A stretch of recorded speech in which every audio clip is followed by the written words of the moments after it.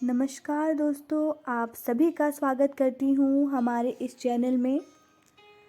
दोस्तों, ये बात तब की है जब 2005 में इंडिया के एक लेजेंड स्विट्ज़रलैंड गए थे अपने एक टूर के लिए। 26 मई 2005 को वह स्विट्ज़रलैंड में लैंड हुए थे। स्विट्ज़रलैंड से लौटने के बाद उनकी याद में, उनके सम्मान में स्विट्ज़रलैंड गवर्नमेंट ने 26 मई को साइंस डे डिक्लेयर कर दिया था। दोस्तों, आप ज़रूर समझ चुके होंगे कि मैं किसके बारे में बात कर रही हूँ। आज हम इस कहानी में बात करेंगे Humayun missile man APJ Abdul Kalam ji के बारे में, उनकी लाइफ की कुछ जर्नी और ऐसे ही कुछ इंटरेस्टिंग किस्से आज मैं आप लोगों के साथ शेयर करूँगी।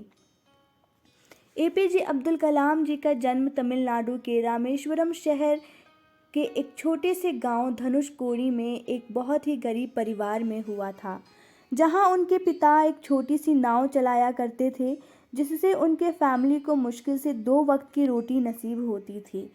उनके घर में कोई भी पढ़ा लिखा नहीं था, लेकिन उन्हें बचपन से ही पढ़ाई लिखाई का बहुत शौक था। गरीब होने के बावजूद उनकी फैमिली उन्हें पढ़ाई के लिए पूरी तरह से सपोर्ट करती थी। लेकिन एपीजे अब्दुल कलाम जी हर सुबह स्कूल जाने से पहले न्यूज़पेपर बेचा करते थे, ताकि उनकी फैमिली पर उनकी पढ़ाई का ज़्यादा प्रेशर न आए। स्कूल में उनके मार्क्स उतने अच्छे नहीं आते थे, लेकिन वह हार्ड वर्किंग स्टूडेंट्स में से एक थे। उनका हमेशा सिर्फ एक फोकस रहता था कि हर दिन कुछ नया सीखा जाए, और इसीलिए वह घंटों घंटों पढ़ाई किया करते थे। बचपन से ही वह इंडियन आर्म्ड फोर्सेस की पायलट बनना चाहते थे, इसीलिए उन्होंने अपनी स्कूलिंग ख़त्म होने के बाद मद्रास इंस्टीट्यूट ऑफ टेक्नोलॉजी के तहत एरोस्पेस इंजीनियरिंग में एडमिशन ले लिया। यह किस्सा तब का है जब वह मद्रास इंस्टीट्यूट ऑफ टेक्नोलॉजी में पढ़ रहे थे। उस वक्त वह एक सीनियर क्लास प्रोजेक्ट पर काम कर रहे थे, और उस प्रोजेक्ट के प्रोग्रेस को देखकर कॉलेज के टीचर उनसे बहुत गुस्सा हो एपीजे अब्दुल कलाम जी से कहा कि अगर 3 दिन में यह प्रोजेक्ट कंप्लीट नहीं हुआ तो मैं तुम्हारा स्कॉलरशिप कैंसिल कर दूंगा। यह बात सुनकर एपीजे अब्दुल कलाम जी बहुत घबरा गए, और उन्होंने दिन रात बैठकर 3 दिन के अंदर प्रोजेक्ट को कंप्लीट कर दिया। यह देखकर उनके टीचर बहुत खुश हुए, और उन्होंने एपीजे अब्दुल कलाम जी से कहा कि मैं जानता था कि तुम में वह काबिलियत है, लेकिन यह देखना चाहता था कि तुम में मुश्किल वक्त को सहने की क्षमता है या नहीं।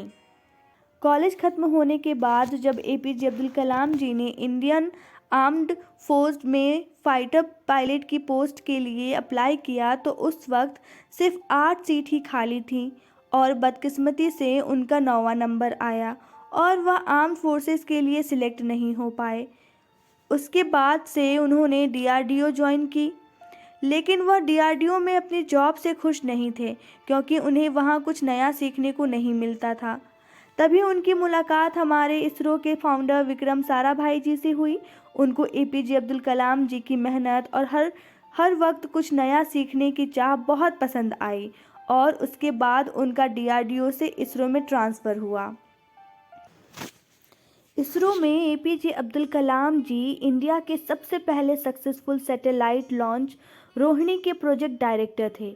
उसके बाद उन्होंने कई प्रोजेक्ट इनिशिएट किए।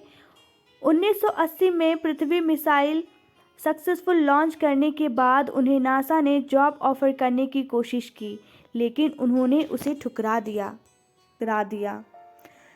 पृथ्वी मिसाइल के सक्सेसफुल लॉन्च के बाद इंडियन कैबिनेट के तहत रिसर्च के लिए 3.88 बिलियन के फंड्स अलाउड कर दिए गए, जिसके बाद एपीजे अब्दुल कलाम जी ने उनकी टीम के साथ मिलकर अग्नि, त्रिशूल, आकाश, नाग जैसे कई बड़े मिसाइल लॉन्च किए।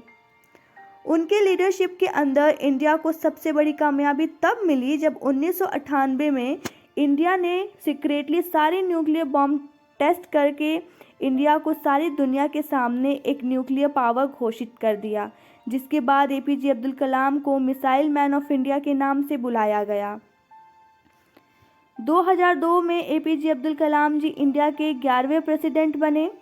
अपने प्रेसिडेंशियल टर्म के वक्त जब वह केरला विजिट के लिए गए थे, उस वक्त उन्होंने 2 लोगों को केरला के राजभवन में as a presidential guest invite किया था। वह दो लोग कोई बड़े सेलिब्रिटी नहीं थे, बल्कि एक चपरासी और एक छोटे से होटल का मालिक था। ऐसा ही एक किस्सा 2006 का है, जब उनकी फैमिली राष्ट्रपति भवन में रहने आई थी।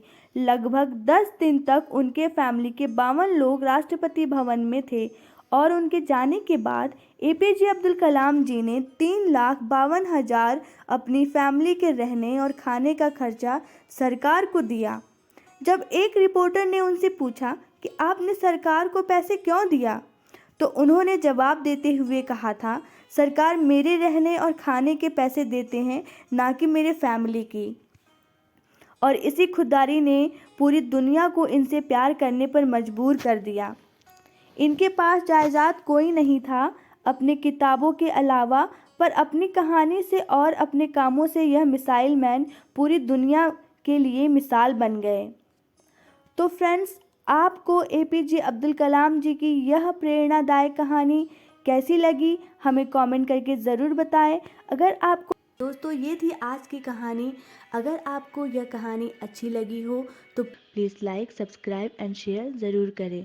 और अगर आपका कोई सुझाव हो तो हमें कमेंट बॉक्स के माध्यम से ज़रूर बताएं। Thank you.